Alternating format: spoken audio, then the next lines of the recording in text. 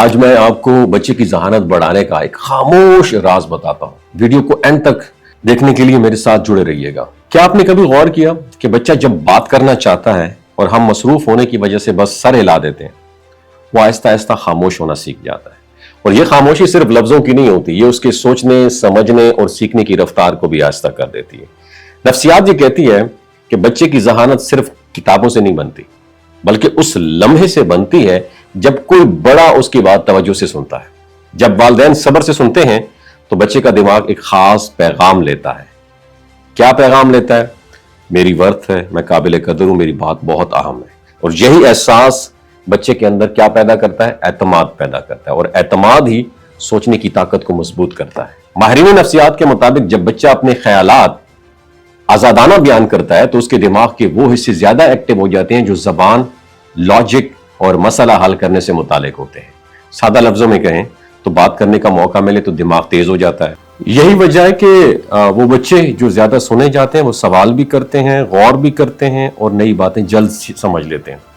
ایک دلچسپ حقیقت یہ ہے کہ بچے کی گفتگو کو بیچ میں کاٹ دینا ان کے دماغ کو یہ سکھاتا ہے کہ ان کے خیالات مکمل نہیں ہیں۔ آہستہ آہستہ وہ کیا کرتا ہے؟ وہ کم بولنے لگتا ہے اور اچھے فیصلوں کی پھر بنیاد نہیں بنتی ہے۔ پھر کم سوال کرتا ہے اور سوچ کو اپنے دل میں دبا لیتا ہے۔ لیکن جب والدین خاموش ہو کر پوری بات سنتے ہیں تو بچہ سیکھتا ہے کہ سوچ کو ترتیب کیسے دینا ہے، لفظوں میں خیال کو کیسے ڈھالنا ہے اور دوسروں کو کیسے اپنی بات سمجھانی ہے۔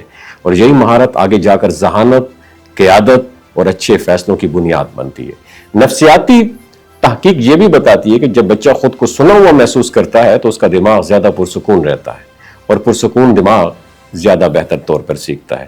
ایسے بچے جلد غصے میں نہیں آتے، اپنے جذبات کو بہتر انداز میں بیان کرتے ہیں اور بات چیت میں زیادہ سمجھدار ہوتے ہیں۔ یوں صرف سننے کی جو عادت ہے نا، یہ بچوں کی جذباتی ذہانت، علمی ذہانت دونوں کو مضبوط کرتی ہے۔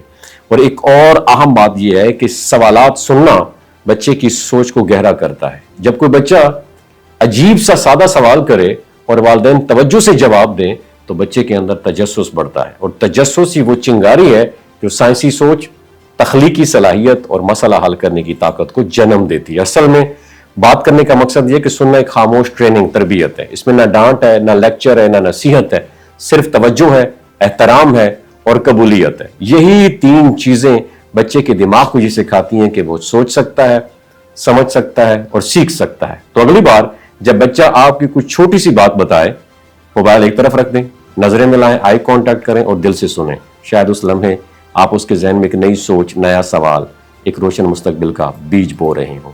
وَمَا عَلَيْنَا إِلَّا الْبَلَاغُ الْمُبِينُ رَبِّ ارْحَمْهُمَا كَمَا رَبَّيَانِي صَغِيرًا۔